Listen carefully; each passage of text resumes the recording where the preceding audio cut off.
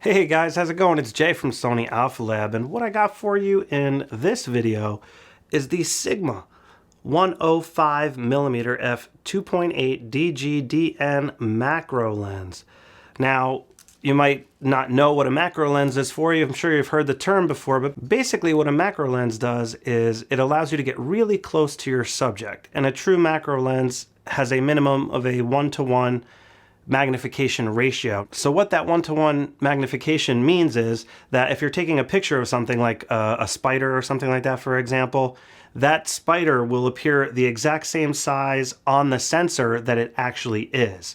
That's why it's a 1:1 ratio. So the size of the subject appears on the sensor itself that same exact size. So that's a true macro lens, is at least 1:1 magnification. Now, there are obviously macro lenses out there that do more than that. They'll do 2:1 or even beyond 2:1. So higher magnifications than 1:1 will just yield you a larger version of whatever subject you're shooting. Like 2:1, the subject you're shooting will be twice the size on the sensor than it actually is in real life. But 1:1 is what this lens does, and that is a standard macro lens magnification 1:1. Now, I just wanted to thank BH Photo for loaning me this lens for this review. So be sure to check them out for your photo and video needs, and the links will be below the video in the description area if you are interested. So this lens goes for about $800 US. It was a lot of fun to use, and I used my Sony A7C for the review, as you could see here. Now, it's also important to keep in mind the macro lens is a 105mm f2.8 lens, so you don't have to use it for macro. You can also use it as like a telephoto lens, particularly a portrait lens. This lens is an excellent option for that. So you can buy this lens because you want to take some macro photos, but you can also use it as a portrait lens as well, or anything where you want that telephoto killer separation. The background bokeh rendering on this lens, as you will see shortly, is really good, and it does make for a good portrait lens as well. So don't just think it's 100% dedicated macro lens. You can only use it for that. That's not true. The focus, it allows you to focus close, but you can also focus anywhere all the way to infinity, just like any other lens. So the macro part is just what allows you to really focus close. Now, the focus is a little bit slower on this particular lens compared to some other lenses, like the Sony 90mm f2.8 G OSS lens, for example. That's a really, really exceptionally good macro lens as well, made by Sony, and it does offer optical stabilization, which this lens does not have. The Sigma doesn't have stabilization, but the Sony lens is also quite a bit more. It's about $1,200 or so, depending on rebates and stuff like that. So $800 versus $1,200, you know, it just is what it is.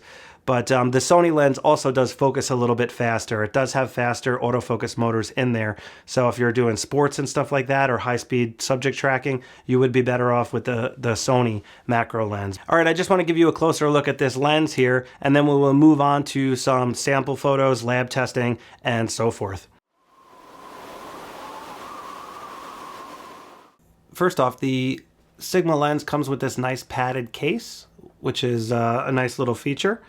It's, you know, pretty high quality, pretty rugged. It has a nice little loop here for your belt. You may or may not want to use this, but it is a very nice feature, and I always enjoy when a lens comes with a case like this, you know, just in case you want to have it outside your camera bag, or whatever your purpose might be. You can easily hook that on your belt, like I said. So I always appreciate when you get a case like this, and this lens does come with that, so it's worth noting. Now, looking at the lens itself, this is what you're looking at when you open it up.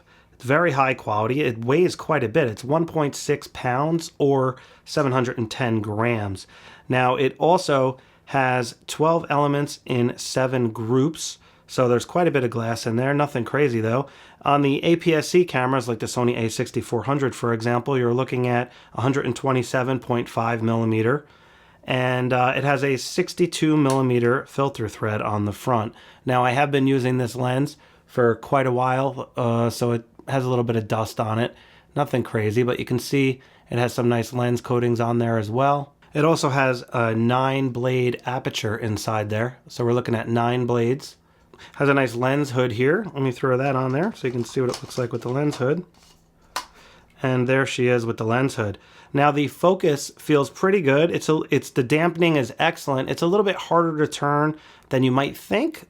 You know, it feels like almost like you're turning a heavy something heavy. It does have a little bit of resistance, but it's very, very smooth. So I'm fine with that. I like when there's this nice dampening on it because it makes it easy to do little adjustments. When it's too easy to turn, it's a lot harder to do little adjustments, but this works really good in my opinion. But like I said, it is a little bit harder to turn than you might think, just to point that out. Now, what I really like about this lens is all the manual switches and buttons that it has on there. So you have your autofocus, manual focus. You have a dedicated autofocus lock button that you can also custom configure if you want.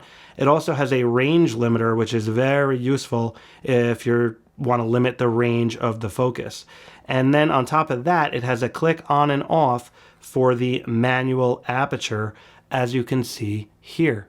So this is the manual aperture ring, and it also has a lock for the manual aperture ring. Now, this is just fantastic. In my opinion, any lens that has a manual aperture ring should have this lock.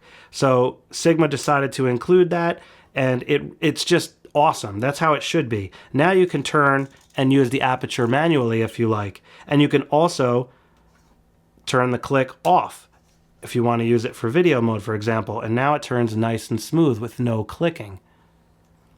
So that's a really nice feature, and you know, it honestly makes it worth more money to, in my opinion, especially depending on your needs. If you're somebody that needs that, that's a really great feature. And the fact that it locks is perfect for me because honestly, I tend to use auto most of the time. Put that back in A. I tend to use auto most of the time, and I use the aperture control on the camera itself, you know, for the most part. But it's really nice to have that feature when it comes to more advanced users, particularly for video, if you want to do aperture throws and things like that. So this lens also has some really nice weather sealing, and it has this nice rubber gasket on the back, just like some of the other Sigma lenses I recently reviewed. So that's also a really nice feature. Very, very good build quality. Now let me show you what it looks like mounted up on the Sony a7C so you can get a little better perspective. I know you already saw it in the beginning of the video, but let me just show you again anyways. So again, you line the white dot, see the white dot on the lens? You line that up with the white dot on the mount right there, and then you can turn that sucker on like so. And here is what it looks like mounted up. Now it looks pretty long, and it is pretty long, but the lens hood, don't forget, is quite a big hood.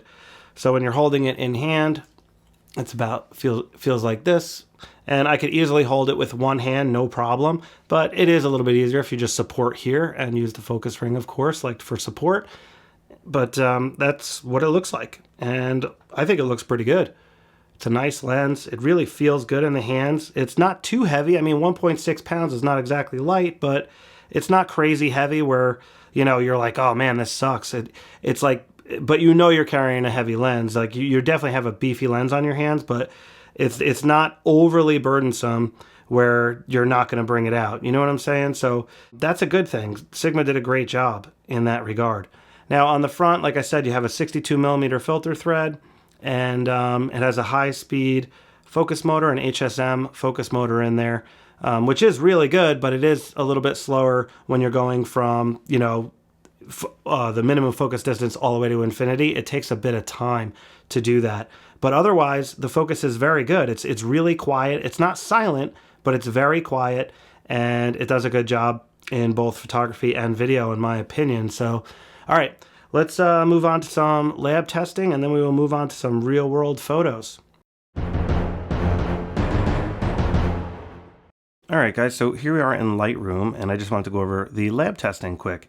So what we're looking at here is the lab scene, and if you look up in the top left hand corner, you could see the EXIF data. So we're at f2.8. So I just wanted to show you quickly what the lens profile correction does, and that'll illustrate just the slight distortion that the lens has, as you can see here, and that's Lightroom's fix for it.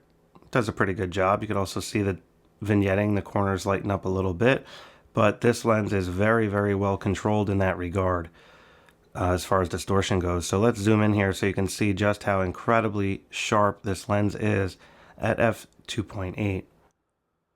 Look at this, all the way in the very, very corner. You could see it's like a razor blade pretty much. And that is just exceptional.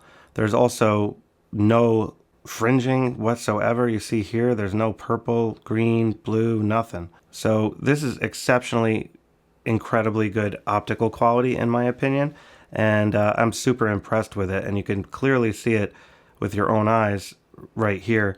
Now if I scroll through, just check out the bokeh balls on the right hand side as I stop it down to f4, 5, 6, f8. You can see they're starting to octagon there a little bit. If I zoom in, that's f11, f16, and that's f22. So let me show you the sharpness at f22, because it does fall off a little bit, but it still looks really good.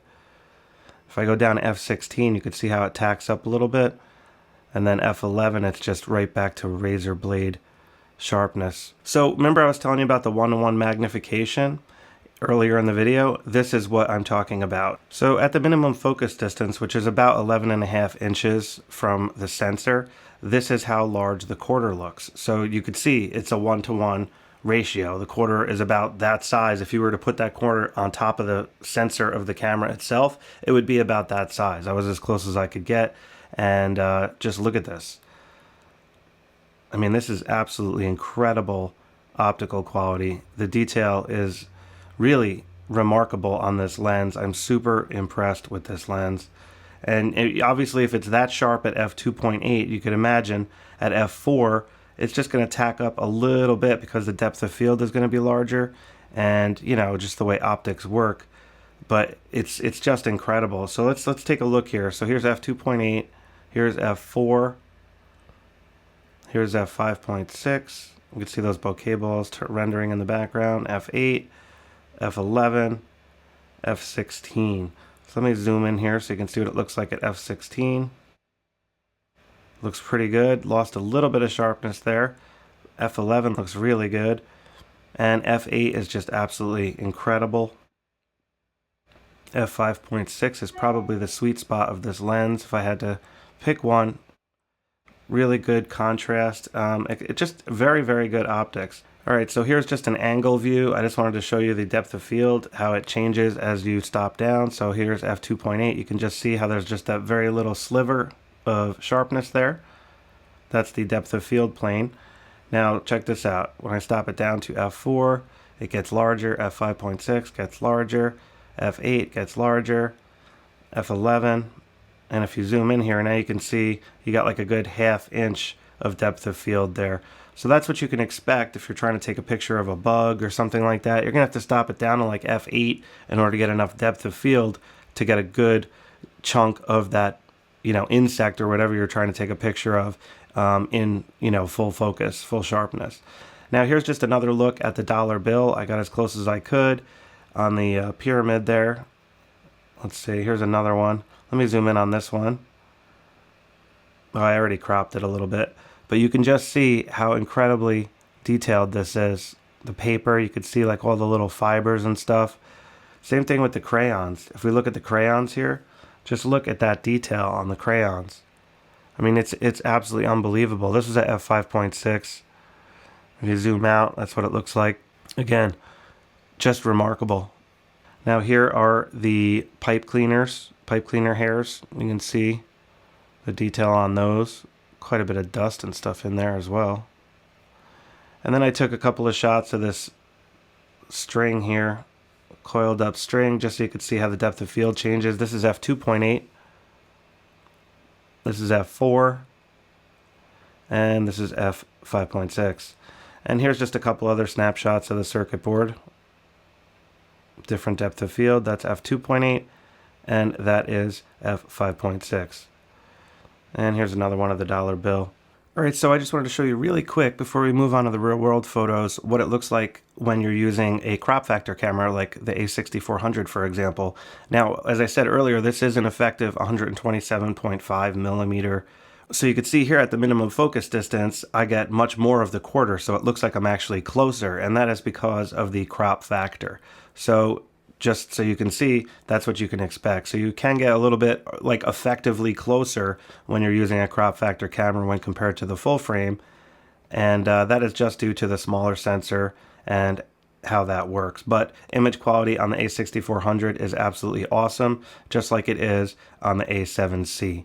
So have no fear about that. All right, let's move on to some real world photos now. Alright, so checking out the real world photos, don't forget up here on the top left you have your EXIF data. So you can see what I had the camera set to. In case you're curious, I'll try to mention it as I go, but sometimes I forget. So it's up there on the top left if you need it. So I found some snails the other day, they were hanging out, and it was a perfect opportunity to test out this macro lens in the real world. And you can see here just how phenomenally sharp and detailed the captures can be. Now at f2.8, the depth of field is extremely narrow. And that's just because, you know, I'm so close to the subject with a telephoto lens. You really got to stop it down a lot to get like a larger depth of field. Now here I stopped it down to f5 and changed my angle a little bit to try to get both snails sharp. Now this one came out ridiculously razor blade sharp, but due to the depth of field, this one here is still a little bit soft. However, from this distance, they both look pretty much acceptably sharp, I would say.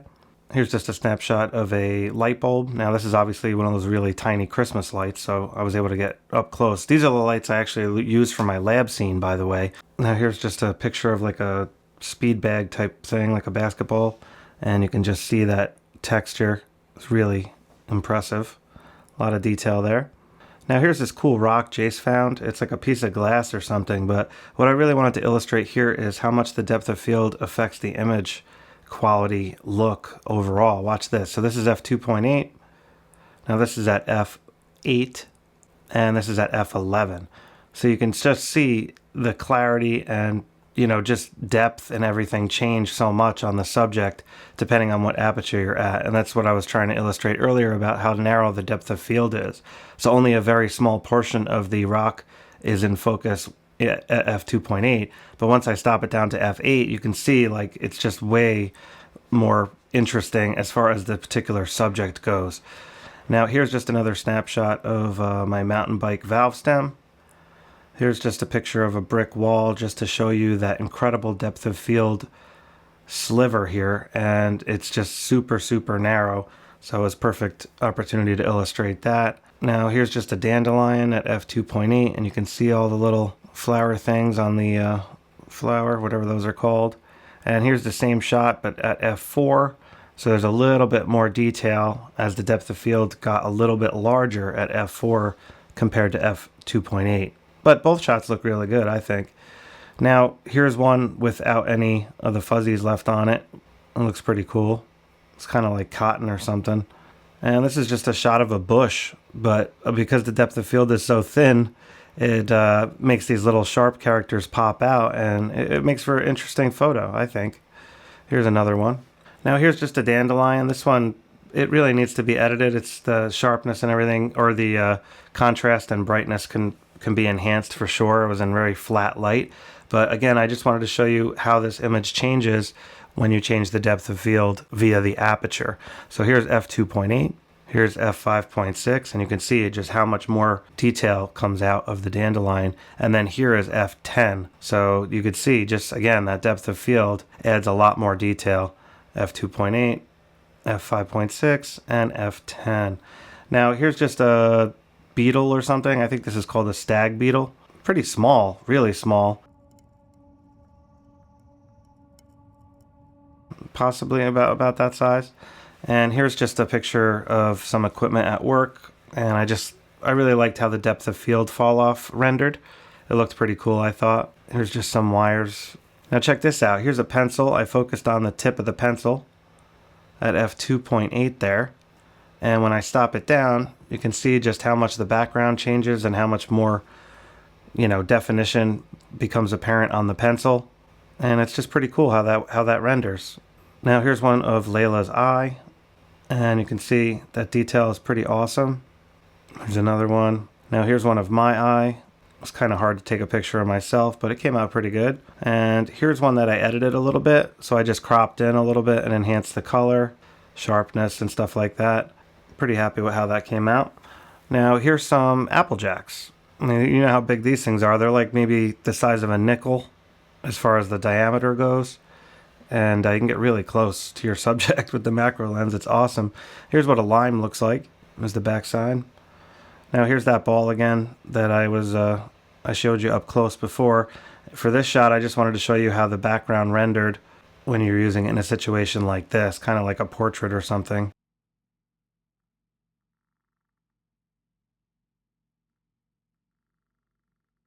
Now here is just some metal puzzles. Here's a picture of my remote control RC Jeep, and you can see you can use the lens for shots like this, and it really renders awesome. In my opinion, nice telephoto result. The background bokeh is very, very pleasing to the eye, in my opinion. And check this one out. Here's another angle, and just look at these bokeh ball renderings. This was actually the headlight of one of the cars in the background, and the sun was just hitting it, so it created this cool bokeh rendering.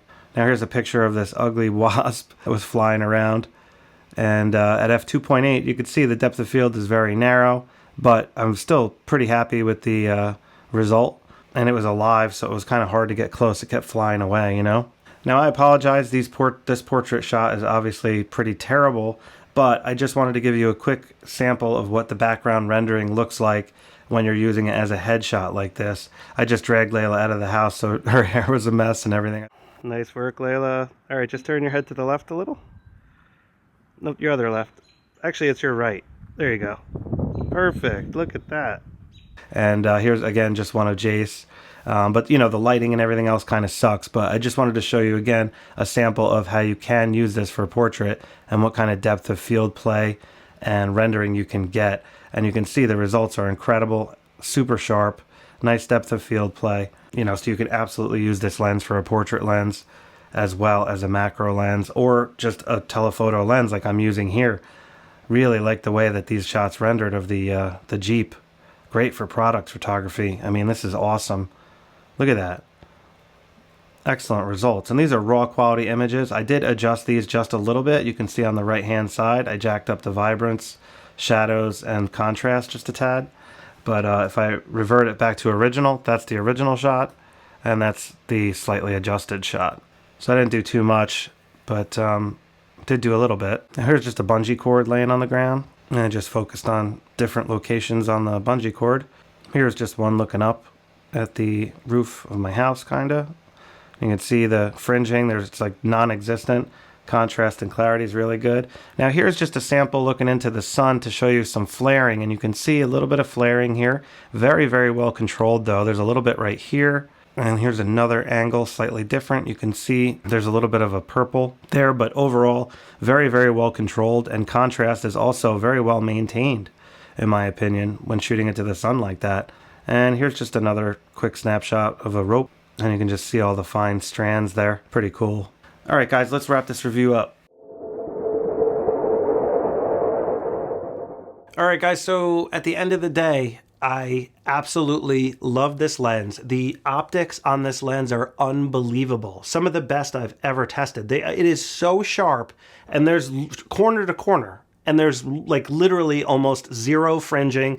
The contrast is incredibly punchy. The bokeh rendering is excellent. This lens is near optically perfect. I mean, there's not many lenses I've tested that are this good in pretty much every way. The sharpness is just off the charts, wide open at f2.8, corner to corner. There's just no complaints.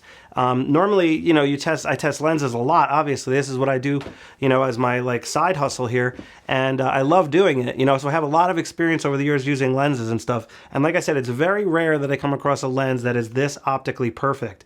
So I highly recommend it. I really can't recommend this lens enough. If you want a macro lens, I would recommend this lens. The camera bodies these days, the full frame Sony camera bodies have image stabilization built in, the sensor stabilization. So you don't really need the optical stabilization, although that's a nice feature, don't get me wrong, but you don't really need it if you have the camera sensor stabilization, like pretty much all the Sony cameras have nowadays.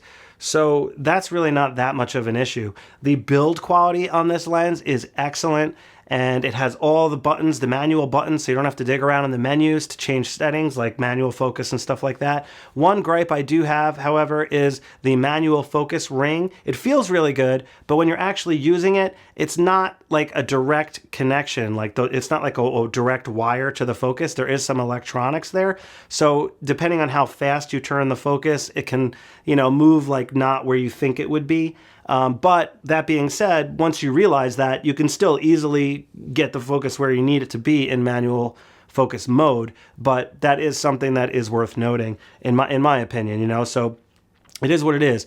Otherwise though, fantastic lens. If you need a macro lens and a portrait lens, this is a really good option. You get both in one package, and they're very, very good at both, obviously, as you saw from the sample photos. I really didn't have the time to get some really good quality portraits of my kids. I just took quick snapshots out in front of my house, as you saw in the sample photos, but you could still tell from those quick snapshots the potential that this lens yields. I mean, the background just butters out, sharpness is killer, contrast and clarity and color, all that stuff is exceptional. So I absolutely had a blast using this lens. I'm considering possibly even investing in this lens. I don't really do macro stuff that often, but if I were to get one, I would rather save the money and get the Sigma over the Sony for sure. And it's not no knock against the Sony lens. That's also an excellent lens, but it's a lot more money. And, you know, I just don't see the reason to spend that extra money because I don't plan on using those features. The optical stabilization, not so much, and also the high-speed autofocus. Don't really need to track moving subjects that much. But again, depending on your needs, if you want to use a macro lens for moving subjects and recording video, for example, the Sony lens would probably be a better option in that regard. But at the end of the day, I highly recommend this lens. And if you guys have any questions, please, by all means, ask below the video. And do me a favor, be sure to hit that subscribe button and give me a thumbs up if you found this video useful. And I'd really appreciate that. And if you want to be notified of more videos, hit that notification bell as well. Should let you know when I come out with a new video and stuff like that. So I really hope you have a great day, and you know, be safe out there. You never know what's going on. I apologize, I had a little gook on my hands. I was cleaning my mountain bike yesterday and I just could not get the grease off. So if you saw some gook on my hands, it was because of that. So listen, I will catch up with you guys next time, and please have a wonderful day. Be safe out there. All right, take care.